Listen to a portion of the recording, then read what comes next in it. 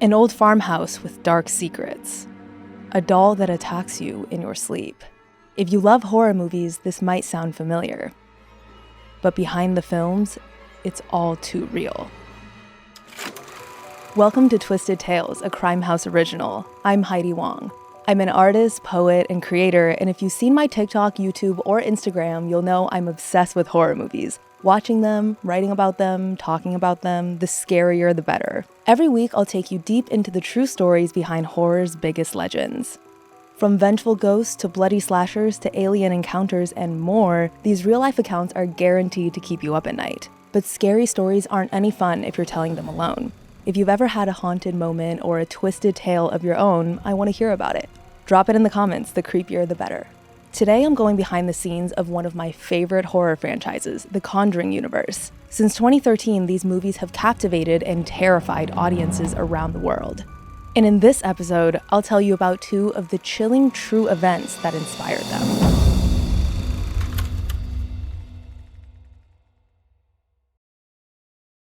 In 2013, a movie came out that was so scary it built an empire off of your nightmares. That's right, I'm talking about The Conjuring. If you haven't seen it or just need a refresher, here's a quick recap. In 1971, a family buys an old rundown farmhouse in Harrisville, Rhode Island. Surprise, surprise, it's haunted. And when the spirit attacks them, the family decides to fight back. Enter paranormal investigators Ed and Lorraine Warren. With the Warrens' help, the family overcomes their ghost problem and banishes their tormentor back to hell. Or so they think. Sounds pretty scary, right? But I promise you, the real story is even more terrifying. Just like in the movie, it all started in 1971 when the Perron family, Roger and Carolyn, and their 5 daughters bought an old farmhouse in Rhode Island. But here's the thing. In The Conjuring, everything ramps up in a pretty short amount of time. In real life, though, the Perrons endured their haunting for 9 years until 1980. Their oldest daughter, Andrea, wrote a series of books about their experiences called House of Darkness, House of Light. You should totally check them out if you don't ever want to sleep again. And if you've already read them, tell me what you think in the comments. According to Andrea, moving to the farmhouse was her mom's idea. Carolyn wanted to get her kids out of the city. And when she saw the listing, she thought that it was perfect. The place was almost 250 years old, so it needed a lot of fixing up. But it was quiet, peaceful, perfect for raising a family. At least that's how it seemed. Carolyn was so eager to start their lives there, the Perrons moved into the farmhouse in the dead of winter in January 1971. And yes, it was just as miserable as you'd think. Not only that, but when the former owner handed over the keys to Roger Perron, he gave an ominous warning. For the sake of your family, leave the lights on at night.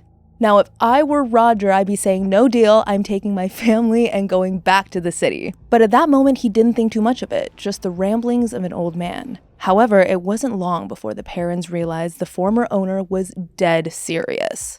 It started with strange noises around the house, which made sense. The place was hundreds of years old. But it wasn't just pipes clanking or floors creaking, though. Sound just traveled differently there. Like Carolyn could hear someone whispering from clear across the house one minute, and the next, everything was completely muffled. If that wasn't enough, Carolyn would sometimes feel a heaviness come over her, like there was a presence in the house watching her. And then the flies came. Within a few days of moving in, the house was infested with them, even though it was the middle of winter. And that is when I would have left. When they called an exterminator, the bugs disappeared, just for them to come back as soon as he left, because of course they did. This went on for weeks until one day when they vanished just as suddenly as they'd arrived. But by then, something even more terrifying had replaced them. At some point that winter, Carolyn felt a strange urge to go out to the property's barn. The weather was freezing, so she bundled up to make the quick walk. When she got inside the barn, something just felt wrong. Carolyn shivered as her breath emerged in an eerie mist. Somehow, it was even colder in the barn than it was outdoors. But that's when she decided to nope out of there. But just as she turned to leave, she heard a swooshing sound above her. One of the previous owners had left a small harvesting scythe up in the rafters, and now, the sharp, curved blade was coming straight down at her head. In a stroke of luck, Carolyn's heavy winter clothes saved her from getting hurt, but she was convinced that the malevolent force had lured her into the barn and tried to kill her. But her husband wasn't so sure. Roger was a traveling salesman and wasn't there to see a lot of these paranormal events, and whenever Carolyn tried to talk to him about it, he insisted there was a rational explanation for it. For my fellow horror fans, classic skeptical husband. Although eventually, the flies, the weird sounds, and all the things that they couldn't explain, they got to him. And as much as Roger hated to admit it, Carolyn might be right. But with how much money they put into the place, leaving just wasn't an option either. So they put up with their ghostly housemates. And there were a lot of them. One was especially terrifying. Imagine waking up in the middle of the night. You're not really sure why you're up, but you're overcome with this sense of dread.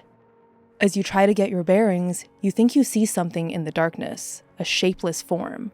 And then, it's right next to you. That's exactly what happened to Carolyn. One night, she woke up and saw an apparition at her bedside. It was a woman, or at least appeared to be. Her face had no features. It was described as, quote, a swirling rancid mass of rotting flesh resembling a desiccated hornet's nest covered in what appeared to be a mesh of blackened cobwebs. Yeah, not super pleasant. And this wasn't a friendly visit. Carolyn could feel it in her bones. This spirit wanted to hurt her. She tried to shake Roger awake, but no matter how loud she screamed, he wouldn't stir. The ghoulish woman inched closer and closer until her face was inches away from Carolyn's. In that last desperate plea, Carolyn muttered, "God help me." Then the woman vanished. This prayer was enough to make her leave Carolyn alone, for the moment. But the spirit wasn't done with her, or her family. And she was about to do a lot more than appear to them in the dead of night. On the first day of the girls' summer vacation, that first year in 1971, 8-year-old Cindy Perron was playing in her room when she heard her door open. She figured it was someone coming to get her for dinner, but when she looked up, it was that same ghost, a woman with a featureless, crooked head. She stretched her arms towards Cindy and said, "Come here, little girl, come to me." Cindy was smart enough not to do that. Instead, she ran straight to her mother. Cindy told Carolyn the ghost had tried to take her, which is an understatement. To everyone's relief, the ghostly woman didn't come back for a long time after that. But Carolyn was terrified that she'd return. Who wouldn't be in that situation? Running wasn't an option, though, so Carolyn decided the best way to defeat this enemy was to understand her. And that started by figuring out who she was. Carolyn went through every record in the local library, the town hall, even the cemetery, and eventually she got an answer. The evil apparition was a woman named Bathsheba Sherman. According to the town historian, Bathsheba lived in the farmhouse sometime in the mid-1800s. She was accused of witchcraft for supposedly sacrificing a child by stabbing the base of its skull with a large sewing needle. Bathsheba swore the death had been an accident. Whether or not that was true, it seemed like she was never actually punished for it. But after she died, her spirit lingered on in the property to torment all who lived there. And shortly after Carolyn made the discovery, Bathsheba struck again. After about a year and a half of living in the farmhouse, around the summer of 1972, Carolyn was relaxing on the sofa late at night. It was a warm, muggy evening. Quiet, serene. The exact kind of night she envisioned when she moved her family out to the country. As the clock chimed 1 a.m., Carolyn yawned and stretched, ready to call it a night. And then she suddenly felt a sharp pain in her calf, almost like a bee sting. But when she looked at her leg, she saw that it was bleeding, as if someone had stabbed her with a massive sewing needle. Carolyn didn't know what to do or how much worse it would get. If Bathsheba was capable of physically attacking her, what else could she do? Thankfully, Bathsheba didn't immediately escalate things. About a year and a half later, in October of 1973, help finally arrived on the parents' doorstep in the form of Ed and Lorraine Warren. In case you're not familiar with the Warrens, here's some background on them. By the time they came to help the parents, Ed and his wife Lorraine were already world-famous paranormal investigators. Lorraine says she developed supernatural abilities when she was only 7 years old, which allowed her to communicate with the dead. Ed was a self-taught demon expert who'd grown up in a haunted house. The two of them made a great team, and in 1952, they founded the New England Society for Psychic Research, going on to investigate thousands of cases. And when one of Carolyn Perron's friends learned about the family's ghost problem, they called Ed and Lorraine for help. The Warrens came to the Perrons' farmhouse just before Halloween 1973. It was a dark and stormy night. Yes, really. The setting sun filtered through the clouds, casting twisted shadows from the trees surrounding the farmhouse, like outstretched arms clawing to get in. Well, they really just gave it to Ed and Lorraine, so I feel like...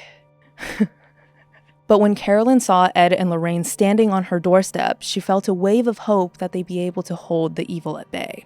That night, Carolyn took the Warrens on a tour of their home. Lorraine was like a human EMF reader. She immediately sensed a malevolent presence. She thought the Perrons' daughters could be in danger. According to her, children were more susceptible to paranormal influences. Which, if you've seen pretty much any scary movie, definitely tracks. The girls were hesitant to talk to the Warrens, though. There hadn't been any major activity in a few months. They were afraid that if they talked about what they had seen, Bathsheba would come back. But Lorraine said that the only solution to their problems was to confront them. So the family told them everything. After a few more visits, Ed and Lorraine came to a conclusion. The Perrons' farmhouse had a serious demon problem that could only be cleansed with a seance. When the time came, the Warrens brought the big guns, a medium, a priest, a professor from Duke University, along with a whole crew to record the event. In case things went sideways, Carolyn and Roger sent their daughters upstairs. They had no idea that two of the girls crept back down to watch, Andrea and Cindy. Meanwhile, the adults gathered around a table, where the medium placed candles and talismans in a circle. Once the flames were lit and the lights were off, everyone took their seats. As everyone joined hands, the medium called for God to create a peaceful connection with the spirit in the house. But Bathsheba wasn't interested in peace. After a moment, Carolyn's body jerked back. Lifting her head, she started speaking in tongues. Watching from behind a door, Andrea realized the voice wasn't her mother's. It was deeper, demonic. Carolyn wrenched her hands away, clenching her fists so tight her nails dug into her skin. She let out a cry, and a wave of dark energy burst from her body. Then Carolyn's chair lifted into the air, rocketing back into the parlor and slamming her to the ground. As Roger ran to his wife's side, Andrea heard a deep, guttural roar come from the cellar. It was so loud it shattered glass throughout the house. After what felt like an eternity, Carolyn stirred and the house went quiet. The seance was over. Once Carolyn came to her senses, she told Roger she didn't remember anything. But after that night, she became quiet, withdrawn. Eventually, though, she regained her old loving personality. And while there was still spiritual activity in the house, it was peaceful, harmless even. The farm finally became everything she hoped that it would be. But in the process, something had fallen by the wayside: Carolyn and Roger's marriage. They tried to give it a shot, but after a few years, they divorced. The ordeal had put a huge strain on their relationship. It became totally joyless. And in time, their house did too. In the summer of 1980, the Perrons moved out and left for Georgia. Forever changed and forever haunted. Coming up next, the shocking true story behind another major part of the Conjuring Universe: Annabelle, the doll. After The Conjuring made millions at the box office, the franchise expanded in a major way by introducing one of Ed and Lorraine Warren's most notorious cases, Annabelle the doll. Ever since the movie was released in 2014, Annabelle has become a horror icon. In the Conjuring universe, she's possessed by a demon summoned in a satanic cult ritual by a woman named Annabelle Higgins.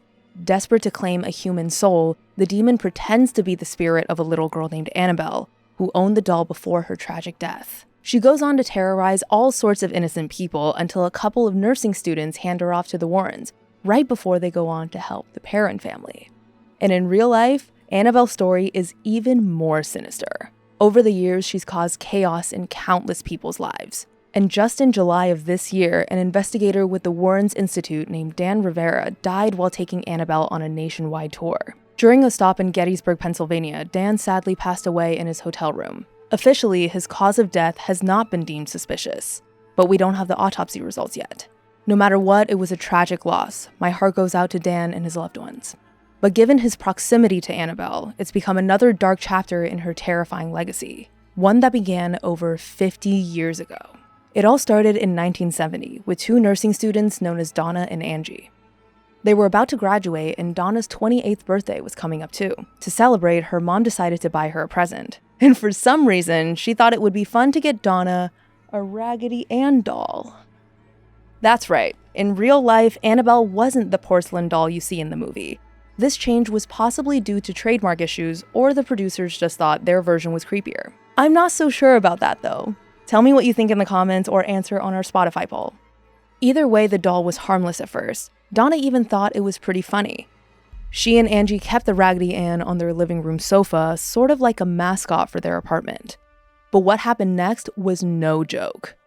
A few days after getting the doll, Donna noticed it was positioned differently than before, and Angie swore she didn't move it. Donna was pretty trusting, so she took Angie at her word. Maybe she just chalked it up to a memory lapse or something. After all, Donna was about to graduate, so she had a lot going on. But Donna could only deny the truth for so long. Soon she'd come home and the doll wouldn't be on the couch at all. It would be sitting on her bed or even standing by the door, which is especially freaky because Raggedy Anns are super floppy. And then the doll started leaving Donna and Angie messages. About a month into owning the doll, the woman found a note in their apartment, scribbled on parchment paper, the kind you use for baking. That was disturbing on its own since neither of them kept any parchment paper around the home. But the worst part was what it said. In what looked like a child's scribble, the note read, "Help me." And things only got scarier from there. Shortly after that, Donna came home and found what looked like drops of blood on the doll's hand and chest. I don't know about you, but that's when I'd be getting this thing out of my place ASAP. Donna had finally reached her breaking point too. She knew something was going on with her doll. Something supernatural. But instead of putting the doll through an incinerator, Donna and Angie called a medium, who of course wanted to do a seance. It's always the seance. Luckily, this one was a lot less violent than the one at the parents' farmhouse. According to the medium, a little girl's spirit had possessed the doll. Her name was Annabelle Higgins. She lived on the property way in the past before the apartment building was built. When she was 7, she died there, although it wasn't clear how. But something had kept her tethered to the mortal plane. And now she wanted to stay with Donna and Angie. How could they say no? They gave Annabelle permission to keep possessing the doll, a decision they'd soon regret. Because even though Annabelle seemed to like Donna and Angie, the same couldn't be said for Angie's boyfriend, Lou. He thought Annabelle was a little creepy. Bit of an understatement, I'd say. He told Angie they should get rid of her, which Annabelle did not appreciate. One night, Lou was over at the apartment when he experienced what seemed like sleep paralysis. Lou couldn't move or speak, and just felt this overwhelming sense of panic. If this has ever happened to you, it's terrifying, right? As Lou's eyes darted across the room, he spotted something at his feet. It was Annabelle, and then she started moving. The doll slid up Lou's legs onto his chest, her arms shot out, wrapping around his throat. Lou was powerless to fight back. His vision started to blur, the world around him faded away. All he saw was Annabelle. Can you imagine the fear, the horror? As Lou took his final breath, he shot awake, sunlight streaming through the window. It had all been a dream. Or was it? Lou was convinced that Annabelle had really attacked him. He knew that he had to get rid of her. It seemed like Annabelle sensed his intentions and decided to strike first. Later that day, Lou and Angie were at the apartment alone, planning out a road trip. He hadn't told her about his encounter with Annabelle yet. Maybe he was just waiting for everyone to be home. As they looked over some maps, they heard a rustling sound coming from Donna's bedroom. Lou and Angie knew for a fact that she wasn't around, so they thought someone might be trying to break in. If this was happening in a movie, this is the part where I'd be shouting, "Don't go in there!" But Lou was a good guy. He wanted to make sure his girlfriend was safe. So he quietly opened the door and flipped on the light. The room was empty, except for Annabelle, who was lying in the corner. All of a sudden, Lou was overcome with this terrible feeling, like he was being watched. He turned around. Nobody was there. But a moment later, he doubled over in pain. Lou looked down and saw that his shirt was stained with blood. He ripped it open and found 7 deep gashes in his chest, like something had slashed him with massive claws. And weirdly, or maybe conveniently, the wounds healed really fast. Within a couple of days, they were completely gone. But after what happened to him, Donna and Angie finally realized Annabelle was not the harmless spirit of a little girl. They knew they couldn't just throw the doll in the trash, though. With Annabelle's powers, she'd just come right back. If they wanted to get rid of her, they needed a more permanent solution. They contacted an Episcopal priest named Father Cook, but he didn't know how to help, so he called someone who would, Ed and Lorraine Warren. After hearing about this haunted Raggedy Ann doll, Ed and Lorraine were happy to take on the case. Once they talked to Donna, Angie, and Lou about their experiences with Annabelle, the Warrens knew they had a bigger problem on their hands. Annabelle wasn't a ghost. According to the Warrens, they're not capable of possessing inanimate objects. No, Annabelle was a demon. I told you. I literally told you to get out of that house, and you didn't do it, and now look at where we are. The more attention people gave it, the more powerful the demon became, which explained how its actions became more intense. The Warrens believed that if another few weeks had gone by, Annabelle could have gotten strong enough to possess Donna, Angie, or Lou and killed the others. To banish Annabelle back to hell, Ed and Lorraine believed they needed more than a seance. They needed an exorcism. Father Cook, the priest who'd called them, reluctantly agreed to do it. The ceremony seemed to go off without a hitch, but just in case Annabelle was still inside the doll, the Warrens agreed to take her with them. Donna, Angie, and Lou were finally free of her. But the exorcism hadn't worked, and now Annabelle had new targets, her new owners, Ed and Lorraine Warren. On their way back home, the brakes on the Warrens' car failed. Thinking fast, Ed grabbed a vial of holy water and splashed it on Annabelle. That was enough to get them home safe, but the demon was still in there. And in the years that followed, the Warrens were never able to get her out. To this day, Annabelle remains enclosed in a glass case. It's been said that anyone who antagonizes her or questions her power immediately pays the price. Now, I have to say that a lot of people are skeptical about these stories. Ed and Lorraine, who have both since passed away, have been called frauds who profited off of people's fear of the supernatural or made up these stories altogether. But there are just as many people who back up the Warrens' accounts. Andrea Perron insists that her family's experiences were real. And even though they made money off The Conjuring, there's no way Andrea could have known that when she published her book, which she did on her own, by the way. Not to mention, after the Perrons moved out of the house, its new owners eventually opened it for guests to spend the night. And you can find tons of people who've experienced paranormal events there. Have you stayed in the Perrons' house? Let me know in the comments. And when it comes to Annabelle, you'll find a lot of debate there as well. Donna, Angie, and Lou never gave a first-hand account of their experiences with her. Everything we know about Annabelle's origins came from the Warrens. But they're not the only ones who've come face-to-face with Annabelle. She was on display in the Warrens' Paranormal Museum for years. Since then, plenty of folks have sensed a dark force radiating from her, including the host of Ghost Adventures, Zach Bagans. Not to mention Dan Rivera's tragic death earlier this year while he was on tour with Annabelle. So how much of this is real? How much of it is legend? It's hard to say. All I know is there's so much out there that we can't explain, and I can't wait to explore it all together.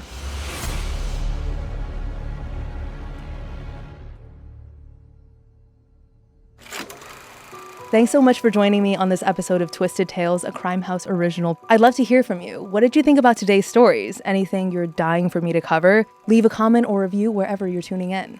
And be sure to follow Twisted Tales so we can keep building this community together. I'll be back next week with another unbelievable true story. Until then, stay curious, and remember, there's no reason to fear the dark, unless you try to hide from it.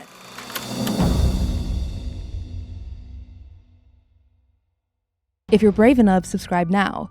Just search for @CrimeHouse Studios on YouTube. And remember, reality is the real horror.